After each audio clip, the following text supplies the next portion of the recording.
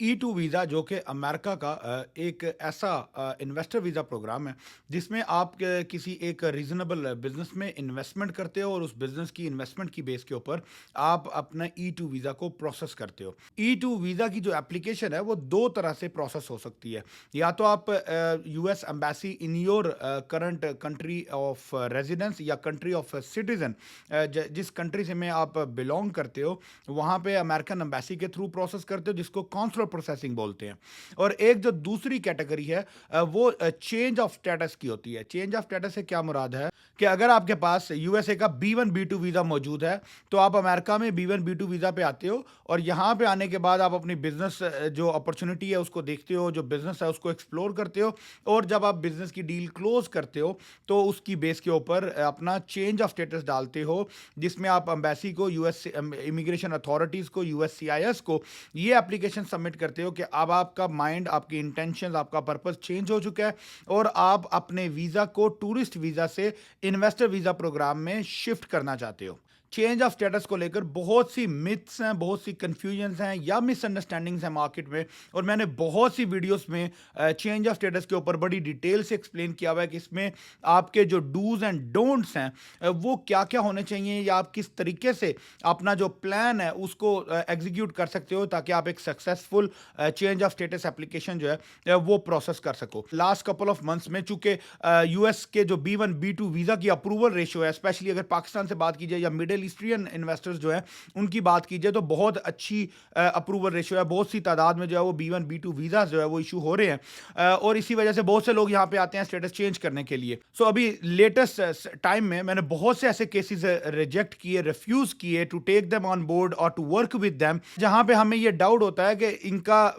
Certain जो steps हैं वो आपने रॉन्ग कर लिए हैं, आपने कोई मैसअप क्रिएट किया है अपने प्रोफाइलिंग के अंदर में, और जिसकी वजह से आपको फ्यूचर में E2 वीज़ा के अप्रूवल में चैलेंज आ सकता है। So that is the reason we make sure कि हम लोग sufficient knowledge and information provide कर सकें आपको, और आप अपने जो E2 का प्लान है, जो E2 के प्रोसीजर्स हैं, उनमें कोई मेस ना क्रिएट हो। तो we do not want to work with those clients और दोज बिजनेसेस और दोज केसेस जहां पे हमें उनके चांसेस ऑफ अप्रूवल जो हैं वो कंप्रोमाइज हो जाएं, या जहां पे इन्वेस्टर्स ने कुछ ऐसी मिस्टेक्स कर दी हों जिनकी रेक्टिफिकेशन जो है वो, या जिनका रिवर्सल जो है वो पॉसिबल ना हो। सो नंबर वन सिनेरियो पे एक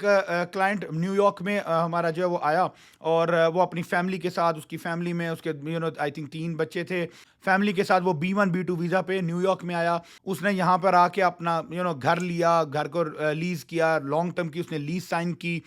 उसने अपने बच्चों को जो है वो स्कूल्स में एडमिशन करवा दिए, एक जॉब स्टार्ट कर दी ताकि उसकी अर्निंग चालू हो जाए। फैमिली को रहने के लिए प्लेस चाहिए थी तो ऑफ कोर्स उसने जो है वो एक लॉन्ग टर्म लीज़ भी जो है वो ऑन बोर्ड की, और ये सारे के सारे उसने अपने बैंक अकाउंट्स ओपन किए। उसमें अब उसकी जो है वो सैलरीज भी आ रही हैं, उसकी उसकी ट्रांजैक्शंस भी हो रही हैं और वो काम कर रहा है। और अब उसने जब 2 से 3 महीने का टाइम गुजार दिया तो उसके बाद देन ही डिसाइडेड कि अब उसको E2 वीज़ा की स्टेटस चेंज जो है वो करना है। And then he approach to us कि अब हमें जो है वो कोई बिजनेस लेके दे दें या हमारा कोई बिजनेस बिल्ड कर दें ताकि हम E2 की एप्लीकेशन जो है वो हम उसको प्रोसेस कर सकें। So I had to unfortunately straight away refuse to take his case, refuse to work with this client because ये जो सारे steps उसने किए हैं they are a clear violation of his current status of B1 B2। B1 B2 आपका tourist intent का या visitor intent का जो स्टेटस है या जो वीज़ा है, इसमें आपने जो एक्टिविटीज़ की हैं, आप जॉब करने के लिए एलिजिबल नहीं है, क्वालिफाई नहीं है, आप जो है वो कोई भी लॉन्ग टर्म की लीज नहीं कर सकते, बच्चे आपके स्कूल्स में एडमिशन नहीं ले सकते, ये सारे काम ऐसे हैं जो आप B1 B2 स्टेटस की क्लियर वायलेशन है। और जब वायलेशन होती है तो इसका मतलब है कि the chances of getting the approval is very slim, it's very less. तो we do not want to work with those clients जहां पे ऐसे सिनेरियोज हो, जहां पे इस तरह की कॉम्प्लिकेशंस हो, जहां पे क्लियर वायलेशन हो आपके करंट वीजा स्टेटस की। नंबर 2 जो केस हमने अभी लास्ट वीक में रिजेक्ट किया वो भी बड़ा ज़बरदस्त सिनेरियो था कि उस क्लाइंट से जो है वो हमारी मीटिंग्स हुई, हमारी इनिशियल कंसल्टेशंस हुई, और वो पिछले 1 डेढ़ साल से जो है वो हमारे साथ इन कॉन्टैक्ट था। डिफरेंट टाइम्स पे उसने हमारे से कंसल्टेशंस ली हैं, डिस्कशंस भी की। During my one of the latest trips in Pakistan also उसने जो है वो पाकिस्तान में भी कंसल्टेशन ली, उसको सारा हमने प्लान बताया, सारा कुछ एक्सप्लेन किया। बट देन ही डिसाइडेड कि he had a B1 B2 visa, तो उसने ये डिसाइड किया कि like he want to come here, he want to explore the business himself and then he will do the change of status. We said okay welcome, you can come here, यहाँ पे रहें, आके अपना जो भी business बनाना है उसको देखें, और वो बिजनेस के मुताबिक जो है वो आप अपनी मर्जी के मुताबिक अपना बिजनेस क्रिएट करें, ताकि आप उसके ऊपर जो है वो E2 स्टेटस चेंज कर सकें। And then the twist come in the middle, और वो ट्विस्ट ये था कि वो जब यहाँ पे पहुंचा, और वो भी कोइंसिडेंटली वो भी न्यूयॉर्क में बेस है, और उसमें अब हुआ ये कि वो न्यूयॉर्क में अपने जिन फैमिली फ्रेंड्स के पास रह रहा था, तो उन लोगों ने उसको मशवरा दिया कि अब आपको जो है वो 90 डेज का वेट करना है स्टेटस चेंज की एप्लीकेशन के लिए। तो इस टाइम ड्यूरेशन में he started exploring the different opportunities. उसको कोई ऐसी अपॉर्चुनिटीज़ भी मिली कि उसने जो है वो अपना ई-कॉमर्स टाइप का बिजनेस जो है वो क्रिएट किया। उसने अपने पाकिस्तान से जो है वो डिफरेंट प्रोडक्ट्स इंपोर्ट की, वो इंपोर्ट्स भी हो गई, वो यहाँ पे आ गया, और उसकी प्रोडक्ट्स भी लैंड हो गई, उसने एक वेयर हाउस भी ले लिया, और वो उसने अपना बिजनेस जो है वो सारा ऑनलाइन ई कॉमर्स पे और डिस्ट्रीब्यूशन पे और लोकल होलसेल मार्केट में उसने अपनी प्रोडक्ट सेल करना शुरू कर दी। अब यहाँ पे जो प्रॉब्लम आया, अच्छा इस ड्यूरेशन में वो मुख्तलिफ टाइम्स पे ही keep on booking a consultations, मेरी टीम के साथ वो राब्ते में था, और उसने सारी जो है वो डिस्कशंस भी करता रहा। And we keep on guiding him कि आपको जो है वो अपना टाइम का कंसिडरेशन करनी है, मेक श्योर कि आपके पास 6 मंथ्स का एंट्री होती है, तो इसके अंदर में आपने सारा प्रोसेस कंप्लीट करना है। तो उसको जो उसके दोस्त थे या फैमिली फ्रेंड्स थे, दे एडवाइज हिम कि अब आपको जो है वो एक्सटेंशन फाइल करनी चाहिए। अच्छा B1 B2 में जब आप आते हो तो आपके पास एक ऑप्शन होता है कि आप एक्सटेंशन फाइल कर लेते हो कि किसी भी वजह से आपका जो स्टे है वो 6 मंथ से ज़्यादा जो है वो एक्सपेक्टेड है, तो आप एक्सटेंशन फाइल करते हो। And we have very clearly advise him कि आपको एक्सटेंशन फाइल करने में भी इस वक्त जो USCIS है वो अराउंड 3 से 4 महीने का टाइम लगा देती है ऑन एवरेज। तो मेक श्योर कि आप अपनी एक्सटेंशन टाइम पे फाइल कीजिए। And then he get connected with an attorney, जिसने जो है वो एक्सटेंशन फाइल की। And then we just received a call from him last week, क्योंकि उसका जो है वो वीज़ा जो करंट ड्यूरेशन था वो एक्सपायर हो गया, और उसके 2 दिन जो है वो उस वीज़ा स्टेटस से ऊपर हो चुके थे, और लेकिन अभी तक उसकी एक्सटेंशन का अप्रूवल नहीं आया था। So now when he approached us, what are the options, what he should do next, because he didn't get the approval yet. So of course, once you do not get the approval within the days allowed on your current status, तो इसका मतलब यह है कि आप overstay की category में चले जाते हो। बट उसके अटॉर्नी ने या जिस भी उसके फैमिली फ्रेंड्स ने, सब ने मुश्तरका तौर पर उसको यही गाइड किया था कि जब आप एक्सटेंशन फाइल कर देते हो तो देन उसके बाद आपका स्टेटस वैलिड होता है, चाहे आपका अप्रूवल आया या नहीं आया, which is not the case. तो we refuse to work with him now, and we told him that unfortunately we cannot take your case because for our records it's you have been overstay, और overstay जो है वो is a very clear crystal clear violation है आपके current visa status की। Third scenario, जो third applicant अभी मेरा, उससे 2 दिन पहले मेरी जो है वो मुलाकात हुई, हमारे पास ऑफिस में आया वर्जीनिया में, वो सऊदी से बेस थे, यहाँ पे आए, उनको आए हुए अब तकरीबन कुछ 4.5 महीने के करीब जो है वो हो चुके हैं, और 6 महीने की उनकी एक्सटेंशन थी, 1.5 महीना उनका बाकी है। And the amazing part was he walk into my office and he is saying कि मैं आपको बहुत टाइम से फॉलो करता हूँ, मैंने सारा जो है वो आपके जो है वो वीलॉग्स भी देखे हैं, आपकी वीडियोज़ भी देखी हैं, आपके कॉन्टेंट्स भी देखे हैं, and unfortunately I just couldn't get in touch with you to book a consultation or have a discussion with you, and I am here। और चूंकि 90 days का वेट करना था तो मैं उसका वेट कर रहा था। Now he came and after 4.5 months of staying in America and he just want me to process his change of status।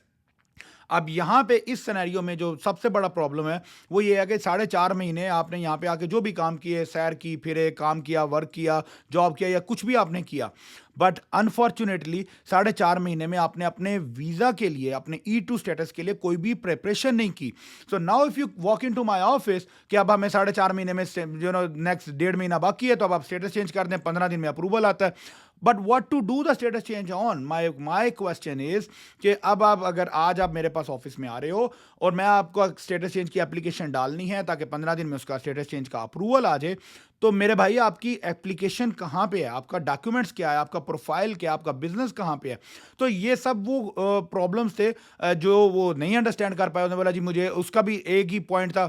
कि मुझे मेरे जो है वो जिन फैमिली के साथ मैं रह रहा था, दे टोल्ड मी कि 90 डेज आपको वेट करना है, और मैं तो वेट कर रहा था कि उसके बाद मैं आपसे मिलूंगा ताकि आप जो है वो मेरा स्टेटस चेंज करवा दें। So then unfortunately with a very heavy heart we have to refuse him also कि ये पॉसिबल नहीं है बिकॉज अब आपके पास टाइम थोड़ा है। And another bad thing for him was कि उसका जो करंट जो वीज़ा का जो ड्यूरेशन था वो भी एक्सपायर हो चुका है, विच मीन्स कि अब उसके पास B1 B2 वीज़ा भी वैलिड नहीं रहा, जिसका मतलब यह कि अब he has no other option except to take an exit. वो एक्सटेंशन नहीं फाइल कर सकता, उसका वीज़ा रिन्यू नहीं हो सकता। Now he has to take an exit, go back and do the all the procedure from outside the country. तो बताने का मकसद ये है जो इन तीनों सिनेरियोज में सबसे कॉमन चीज़ है वो दो हैं। नंबर वन, मैंने बहुत सी वीडियोस में डिटेल से एक्सप्लेन किया है कि 90 डेज में आपको वेट करना है अगर आप टूरिस्ट वीज़ा के ऊपर एंटर किए हो, यानी B2 वीज़ा कैटेगरी में आप अमेरिका में आए हो और आप टूरिज्म पर्पज ही से आए थे। अब आपका इंटेंशंस चेंज हो रही हैं, आपने इसको वीज़ा स्टेटस को चेंज करना है, E2 पे जाना है, तो आपको 90 डेज वेट करना है। बट 90 डेज वेट करने का मतलब ये नहीं है कि आपको अपना दुनिया के काम करते रहो और 90 डेज बाद ओवर वन नाइट या ओवर वन वीक आपका जो है वो केस तैयार हो जाएगा और आपकी जो है वो स्टेटस चेंज की एप्लीकेशन फाइल होगी। इस 90 डेज में आपने बिजनेसेस एक्सप्लोर करने हैं, आपने अपनी प्रोफाइलिंग पे काम करना है, आपकी कंपनी बननी है, आपके टैक्स रजिस्टर्स होने हैं, आपके बैंक अकाउंट ओपन होने हैं, आपके मनी ट्रेल्स वेरीफाई होनी है, source of funds and source of investment जो है वो वेरीफाई होने हैं, आपके बिजनेस की प्रोफाइलिंग होनी है, बिजनेस की फाइंडिंग होनी है, उसका ऑडिट होगा, उसके बाद उस बिजनेस की वैल्यूएशन होगी, बिजनेस की ट्रांजैक्शन क्लोज होगी, लीज एग्रीमेंट साइन किए जाएंगे, बिजनेस प्रोफाइल लिखा जाएगा, बिजनेस प्लान लिखा जाएगा, फाइनेंशियल फिजिबिलिटीज लिखी जाएंगी, क्लाइंट प्रोफाइलिंग तैयार होगी, वीजा की एप्लीकेशन तैयार होगी, और उसके बाद अटॉर्नी एंगेज होगा जो कि वीजा पिटीशन फाइल करेगा चेंज ऑफ स्टेटस के लिए। तो ये सारे काम ऑन एवरेज 6 to 8 मंथ्स का प्रोसेस है। तो अगर आप इस इंटेंशन से अमेरिका में आते हो कि आपने स्टेटस चेंज करना है, तो you need to make sure कि आने से 2-3 महीने पहले आप ये सारा प्रोसेस स्टार्ट करो ताकि आपके उस 6 महीने के ड्यूरेशन में ये प्रोसेस कंप्लीट हो सके। तो नंबर वन, आपको चेंज ऑफ स्टेटस के लिए बहुत केयरफुल रहना है। बहुत सी ऐसी एक्टिविटीज हैं जो आप B1 B2 पे टूरिस्ट वीजा के ऊपर नहीं अलाउड हो, आप काम करना नहीं अलाउड हो, आपके बच्चे स्कूल नहीं जा सकते, आप लॉन्ग टर्म लीज साइन नहीं कर सकते, आप इनमें से कोई ऐसे काम नहीं कर सकते जो कि B1 B2 की वायलेशन है। और इसके साथ साथ आपको अपने बिजनेस से रिलेटेड जो है वो पूरी एक्टिविटीज में एंगेज होना है। It's a full time job, it's a full time work. अगर आप यहाँ पे अपने होम कंट्री से काम वगैरह छोड़ के आए हो, अपनी जॉब अपना बिजनेस सब छोड़ के आए हो, फैमिली को लेकर आए हो, बच्चों के स्कूल आपने वेस्ट करवाए हैं, तो अब आपको प्रिपेयर होना है, तैयार होना है, रेडी होना है ताकि आप वीजा की एप्लीकेशन डाल सको। And number two, which is again very very sensitive point, and I got fed up of telling and teaching this to thousands of my clients के please please please anybody of your खाला का लड़का, मामे का लड़का, चाचा, मामू, बचपन का दोस्त, भाई, कजन, ससुराल, या जो भी बंदा, with respect to whatever they are doing individually, as long as they are not professional immigration or business consultants, अगर वो कोई भी दूसरा काम कर रहे हैं, do not take advices from those on your future immigration procedures. just because आपके खाला का लड़का जो है वो पिछले 35 साल से अमेरिका में है और वो अमेरिकन सिटीजन है, तो ये क्वालिफाई नहीं करता कि वो आपको आज की करंट इमिग्रेशन पॉलिसीज के ऊपर या आपके करंट जो वीज़ा प्रोग्राम्स हैं उनके ऊपर एडवाइस करे। ये बहुत कॉमनली हम लोग सुनते हैं, मेरा दोस्त है जी, मेरा कज़न है जी, उसके 6 गैस स्टेशन है, उसने बहुत सारों के वीज़े प्रोसेस करवाए हैं, वो 40 साल से अमेरिका में है, वो 25 साल से अमेरिका में है, और वो उसको सब पता है, उसको इमिग्रेशन लॉज पता है। भाई वो आपका जो 40 साल पहले आया था, 90% चांसेस हैं या 80% कम से कम चांसेस ज़रूर है कि वो खुद इलीगल आया था, उसने साइलम डाला था या वो किसी गलत तरीके से आया था, उसने उस वक्त अपना प्रोसीजर्स कंप्लीट किए थे आज से 40 साल पहले, और उसको आप पासपोर्ट मिल गया And now, having an American passport does not give you any qualification or right कि आपको अमेरिका की इमिग्रेशन पॉलिसीज के बारे में सब पता है. तो ये मिथ अपने माइंड से दूर कीजिए कि आपके कजन को उसने 10-15 लोगों को स्पॉन्सर किया है या उसने कुछ लोगों को बिजनेस फाइंड करने में हेल्प किया है. So now he understand E2 visa procedures या उसको तमाम के तमाम निटिगिटीज जो है वो पता है. ये लोगों ने सिर्फ और सिर्फ, मैंने आज तक जितने भी लोगों को देखा है, इन लोगों ने सिर्फ अपने ये जो पोटेंशियल एप्लीकेंट्स हैं इनका फ्यूचर खराब ही किया है. I am not saying intentionally but unintentionally, because they are not up to date with the latest procedures and policies. और वो सिर्फ अपने एक्सपीरियंस की बेस पे, वो खानदान में सियाना होने की वजह से, क्योंकि अमेरिकन पासपोर्ट को ये कंसिडर किया जाता है कि वो सियाना है, या अगर किसी ने अमेरिका में 6 से 10 गैस स्टेशन, 12 गैस स्टेशन बना लिए हैं, उसने $2-4-5 मिलियन कमा लिए, तो वो बहुत सियाना बन गया. He might be extremely good person in his own field or own industry. Maybe he, अगर वो कोई ट्रकिंग कर रहा है, तो maybe he knows way more better and deep the industry than me or any other professional consultants, because of course वो उसकी industry है. अगर किसी के गैस स्टेशन हैं, तो of course he understands the gas station business. हमारे एक क्लाइंट के रिलेटिव हैं जिसके फॉर एग्जांपल कुछ 300 से ज्यादा वेब स्टोर्स हैं. तो वो 300 वेब स्टोर्स का मतलब है कि yes, of course he understand the web industry way more better and deeper than us और एनी अदर पर्सन,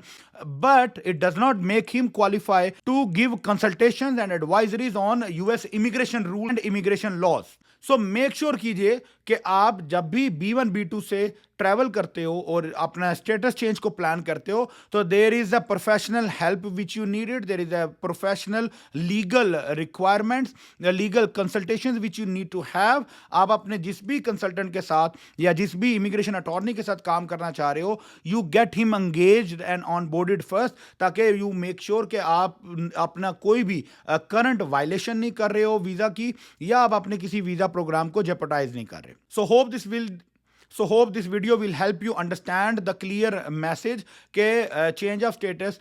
possible है अगर आप clear, neat and clean within the policies, within the legal parameters अपने status को compromise नहीं कर रहे हो. अगर आप उनको कॉम्प्रोमाइज कर रहे हो, then it will be very difficult. I am not saying कि केस होगा नहीं, अप्रूवल नहीं मिलेगा, but at least we don't take it because we are business consultants, we are not immigration attorneys. So we do not want to break our head and break our efforts and your money and your time and your investments on certain scenarios जो कि हमें लगता है कि it's not convincing enough to American immigration system, कि जो आपने अपने खाला मामू के लड़के की वजह से आपने जो है वो अमेरिकन इमिग्रेशन सिस्टम को कॉम्प्रोमाइज किया, या उसमें आपने कोई जो है वो ब्रीच किए हैं उनकी पॉलिसीज के. तो अगर आप अमेरिका में बिजनेस करना चाह रहे हो या E2 वीजा से रिलेटेड आपके कोई फर्दर एक्सप्लेनेशन रिक्वायर्ड हैं, क्वेश्चंस हैं, कंसर्न्स हैं या क्यूरीज हैं, feel free to reach out to me and my team would be happy to address all of your concerns. Thank you so much. अस्सलाम वालेकुम.